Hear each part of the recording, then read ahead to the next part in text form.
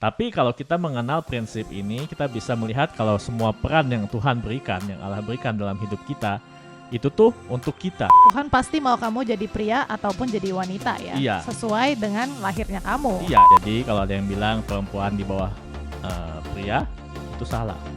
Karena dua-duanya diciptakan menurut gambar dan rupa Allah. Tapi dengan perkembangan zaman dan juga dengan perkembangan teknologi, menurut aku sih ini sooner or later bakal bisa creep into generasi-generasi di Indonesia juga, terutama yang terinfluence banget sama influence barat gitu. Iya.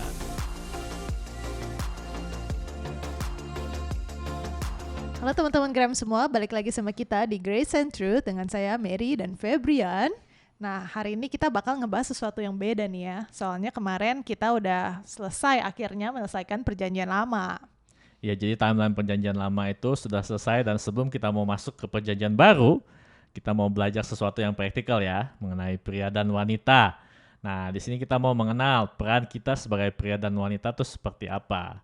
Lalu juga kita mau melihat apa kata Alkitab mengenai peran pria dan wanita. Lalu juga kita mau melihat penyimpangan-penyimpangan yang dunia ini lakukan atas peran pria dan wanita tersebut. Nah, menurut aku di sini sangat penting gimana kita mau belajar hal-hal ini, karena dunia ini menurut aku ya, banyak masalah di dunia ini tuh disebabkan karena banyak dari kita tidak tahu peran yang harus kita jalankan yang sesuai dengan rancangan dan kehendak Allah ketika Dia menciptakan manusia sebagai pria dan wanita. Amin. Amin. Oke, kita mau mulai nih, Yohanes 21 ayat 21 sampai 22. Ketika Petrus melihat murid itu, ia berkata kepada Yesus, "Tuhan, apakah yang akan terjadi dengan dia ini?" Jawab Yesus, "Jikalau aku menghendaki supaya ia tinggal hidup sampai aku datang, itu bukan urusanmu, tetapi engkau ikutlah aku." Oke, mari kita berdoa yuk. Tuhan Allah Bapa kami dalam surga, kami mengucap syukur Tuhan untuk kebaikan-Mu dan penyertaan-Mu. Biar Tuhan sebentar Tuhan kami akan belajar mengenai peran pria dan wanita menurut Alkitab. Biarlah kami Tuhan bisa mengerti, dan juga kami Tuhan bisa menjalankan Tuhan apa yang telah Engkau inginkan atas hidup kami. Di dalam nama Yesus kami berdoa.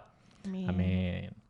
Oke, nah di sini nih kamu tahu nggak konteksnya di mana? Tahu dong. Di mana? Ini percakapan antara Petrus sama Tuhan Yesus ya, mengenai Yohanes. Mengenai Yohanes ya, woi luar biasa. Ini konteksnya di sini sebenarnya sebelumnya kalau teman-teman ingat waktu Yesus mati di kayu salib, bangkit, kita kan tahu Petrus menyangkal 3 kali kan mengenai Yesus. Nah di sini mungkin Petrus kembali memancing apa sih pelayan ya? Ya nelayan. Petrus itu nelayan. Nah lalu Yesus bertanya kepada Petrus juga 3 kali, apakah engkau mengasihi aku? Yesus bilang begitu kan. Lalu Petrus menjawab iya. Lalu dikatakan feed my sheep, berilah makan kepada domba-dombaku. Lalu setelah itu Yesus berkata lagi nih kepada Petrus, ini mungkin banyak orang tidak tahu, Yohanes 21 ayat 18 sampai 19. "Aku berkata kepadamu, sesungguhnya ketika engkau masih muda, engkau mengikat pinggangmu sendiri, dan engkau berjalan kemana saja kau kehendaki. Tetapi jika engkau sudah menjadi tua, engkau akan mengulurkan tanganmu, dan orang akan mengikat engkau, dan membawa engkau ke tempat yang tidak kau kehendaki." Dan hal ini dikatakannya untuk menyatakan bagaimana Petrus akan mati dan memuliakan Allah. Sesudah mengatakan demikian, ia berkata kepada Petrus, "Ikutlah aku." Nah, jadi kamu tahu nggak apa yang Yesus katakan kepada Petrus?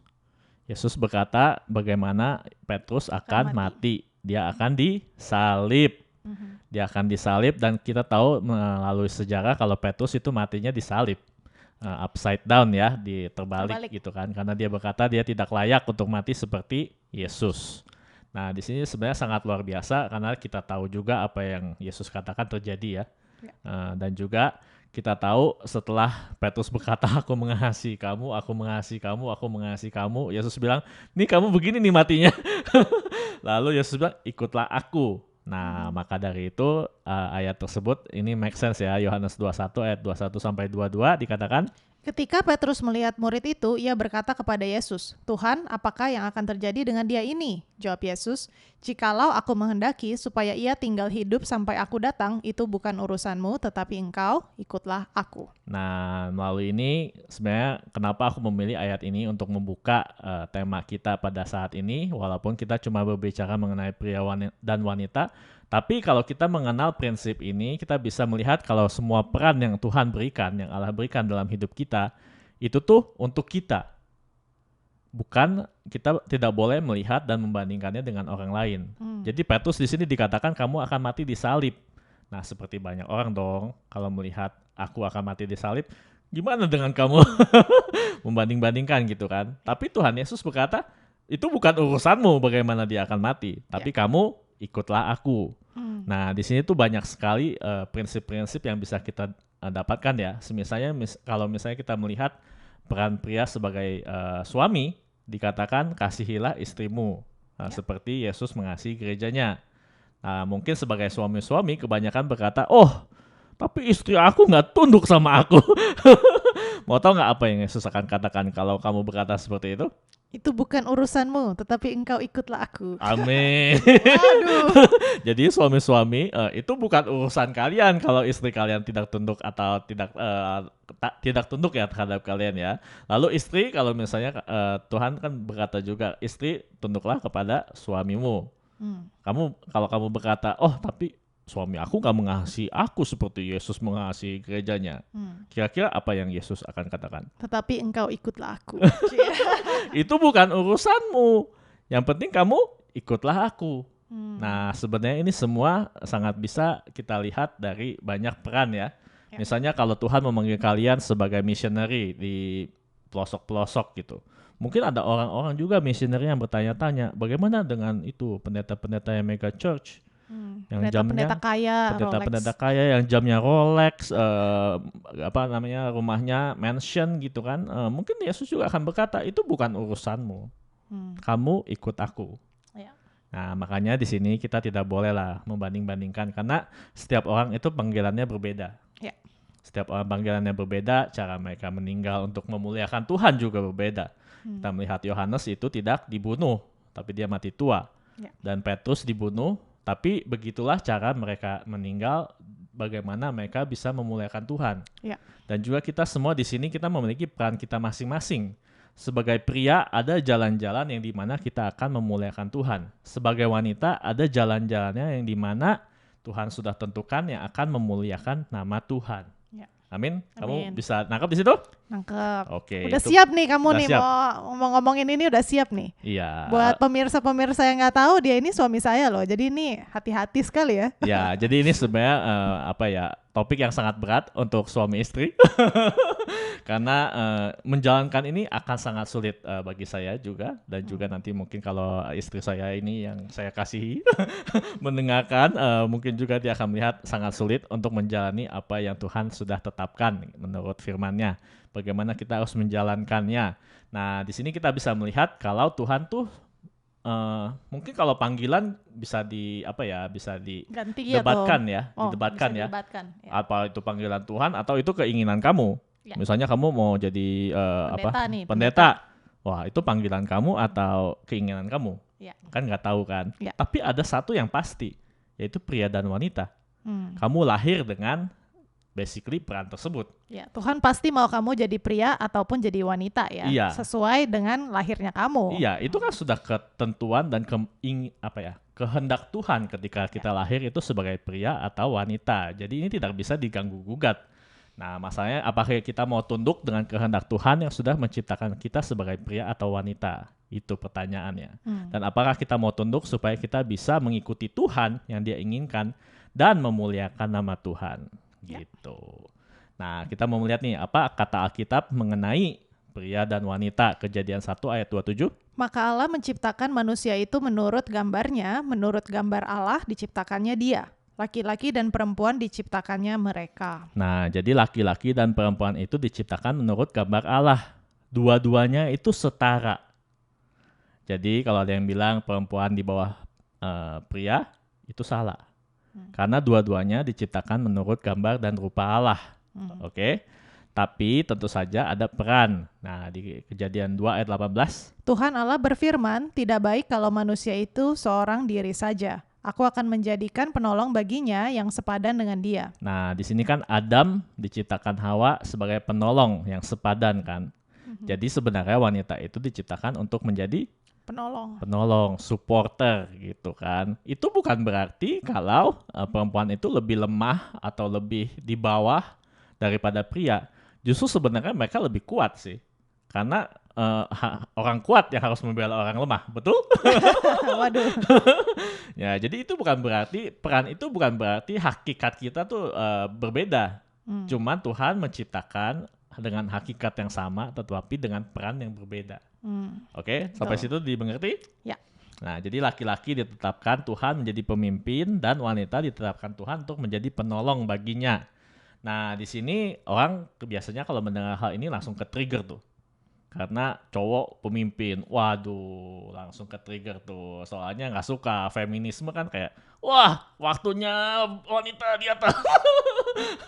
Padahal sebenarnya tidak seperti itu. Sebenarnya ada sesuatu hubungan yang indah antara kepemimpinan dan mereka yang menolong, yang support, yang tunduk gitu. Tapi karena dosa, semuanya ini jadi rusak. Padahal sebenarnya hubungan ini itu sebenarnya sangat indah ya ketika waktu Tuhan menciptakan semuanya ini.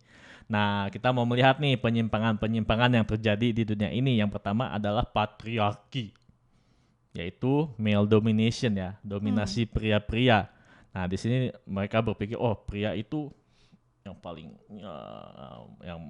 yang apa ya namanya memutuskan, Mendominasi semuanya. mendominasikan semuanya. Wanita itu second class gitu kan, di bawah lah. Kita bisa berpikir pria itu diciptakan menurut gambar Allah, tapi wanita itu yang kedua gitu, yang apa ya second class lah ini ya kan.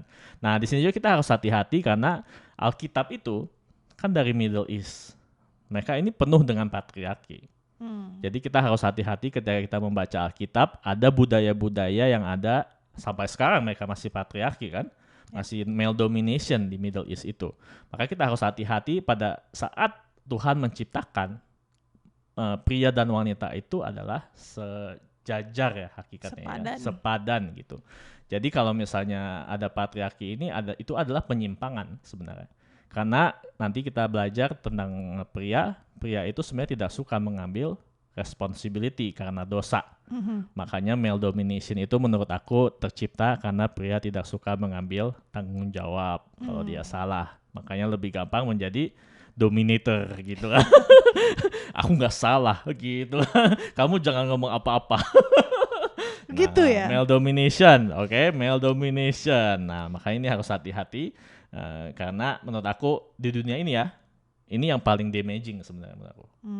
Karena kayak kita bisa melihat keluarga yang hancur, anak-anak yang hancur, istri yang hancur, itu sebenarnya karena patriarki yang dimana cowok-cowok tidak melakukan apa sebenarnya yang Tuhan inginkan melalui kalian, dan kalian mendominasi dan kalian memimpin sebagai kaisar, bukan sebagai Kristus tangan besi. Ya. Ini tapi kalau boleh nyinggung dikit, ini akhir-akhir ini juga lagi heboh banget loh, terutama di dunia Western ya, di dunia Barat. Karena mungkin yang selanjutnya kamu mungkin bakal ngomongin gitu, kebangkitan feminisme di dunia Barat. Kalau ada kamu kenal Andrew Tate, kamu pernah dengar gak sih?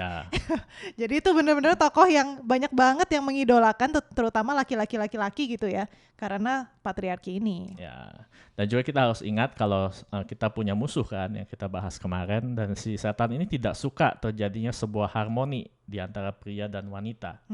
Makanya terciptalah penyimpangan seperti ini, dan dosa di dalam hidup kita juga yang push kita untuk melakukan hal seperti ini yang menghancurkan gitu, keluarga hancur dan sebagainya. Dan karena patriarki ini, penyimpangan yang kedua yang aku mau mention adalah feminisme. Nah, feminisme ini sebenarnya ada baiknya, kayak kesejajaran lah buat Ibu wanita. Kita Kartini gitu ya. Ya, Ibu kita Kartini, wanita juga harus terpelajar gitu kan. Wanita juga harus memiliki hak asasi yang sama.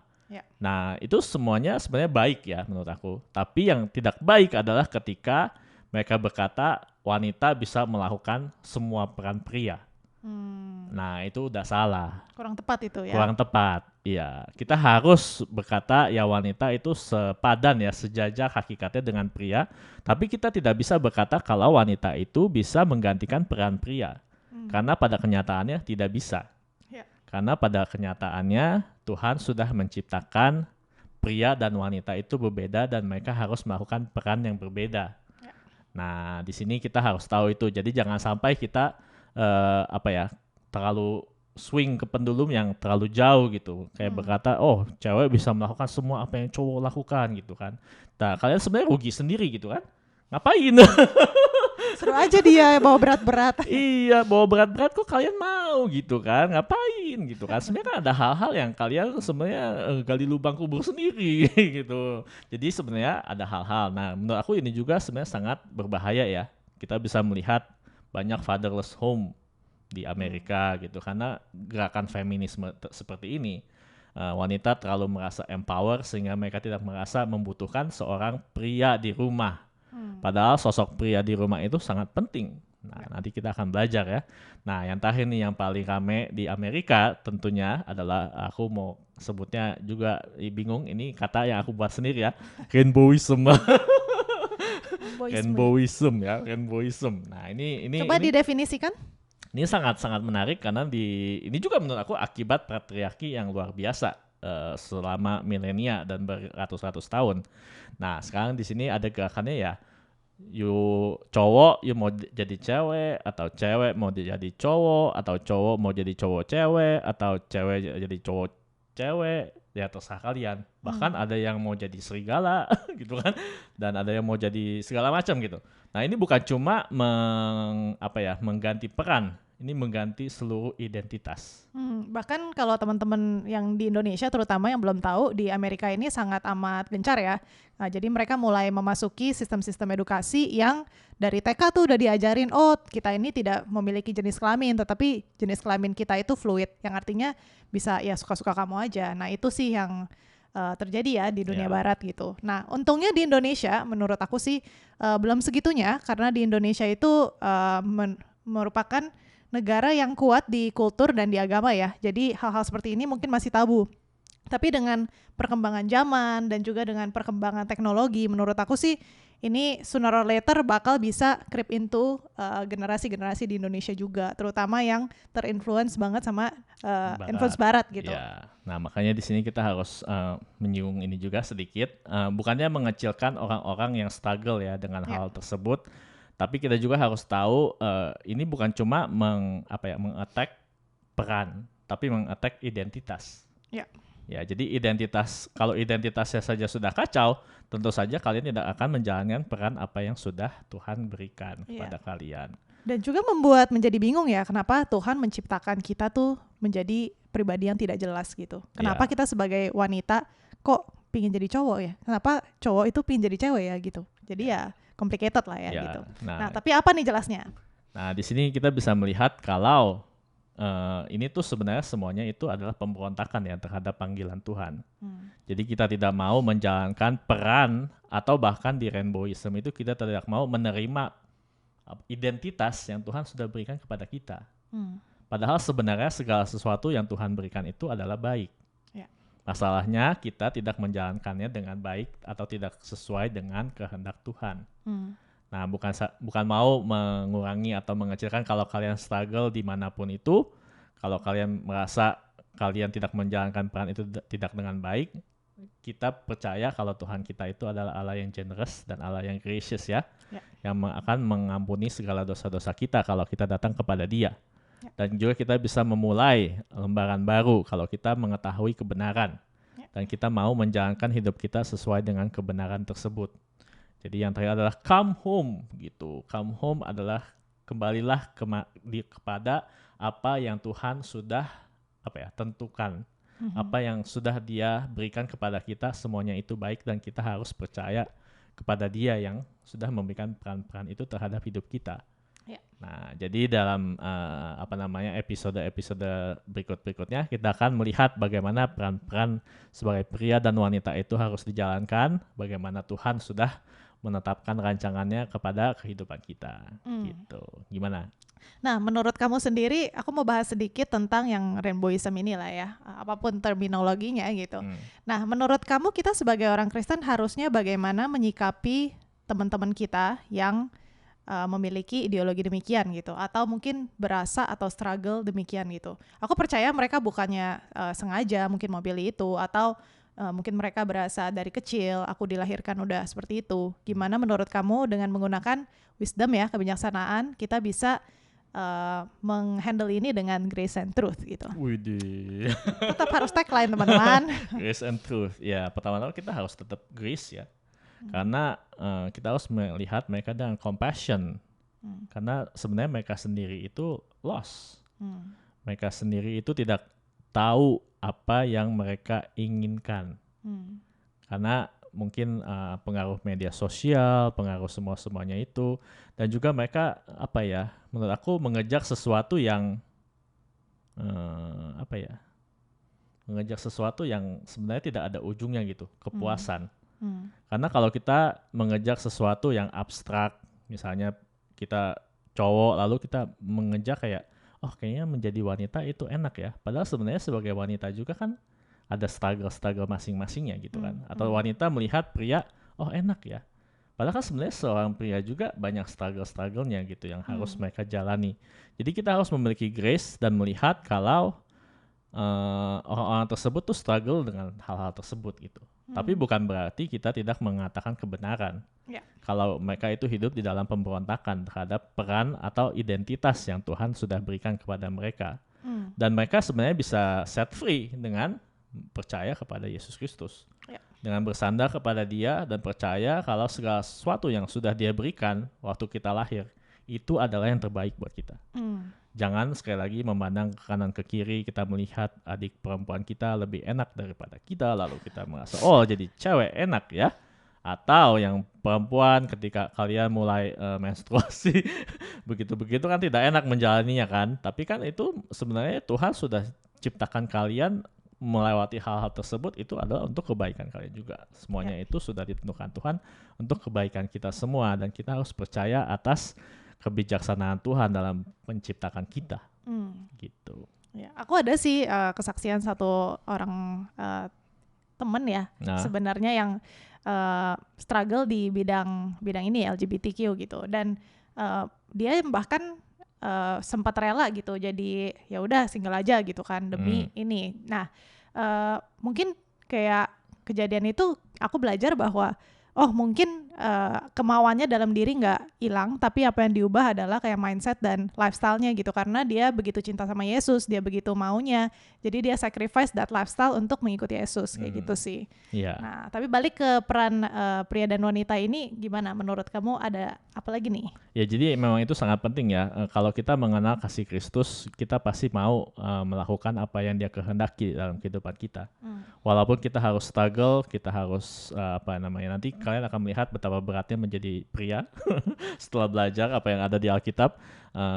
Memang itu sangat berat gitu. Tapi kalau kita mengenal kasih Kristus, kita melihat apa yang sudah Dia contohkan, tentu saja kita merasa kayak, oh Tuhan saja sudah melakukan hal-hal ini tersebut lebih dahulu. Masakan kita sebagai pengikutnya yang berkata, kalau Yesus sendiri berkata, follow me, ikutlah aku. Itulah panggilannya gitu. Kita harus mengikuti Dia. Ya, jadi itu sampai di sini aja sih. Jadi kayak kita harus mau belajar, kita mengenal kasih Kristus, bukannya kita buat hidup serampangan, tapi kita mau hidup sesuai dengan kehendak Tuhan. Dan yang pastinya gender apapun itu kita diciptakan untuk saling melayani satu sama lain ya, cewek sama, cowok sama. I think itu panggilan yang jelas untuk masing-masing gender gitu ya. Ya, untuk saling melengkapi dan juga untuk memuliakan nama Tuhan, apapun itu panggilan kita, apapun itu peran kita. Mantap. Amin. Nah, oke, kalau gitu sampai sini aja. Ya. Cukup singkat karena pembukaan. Oke. God bless you all.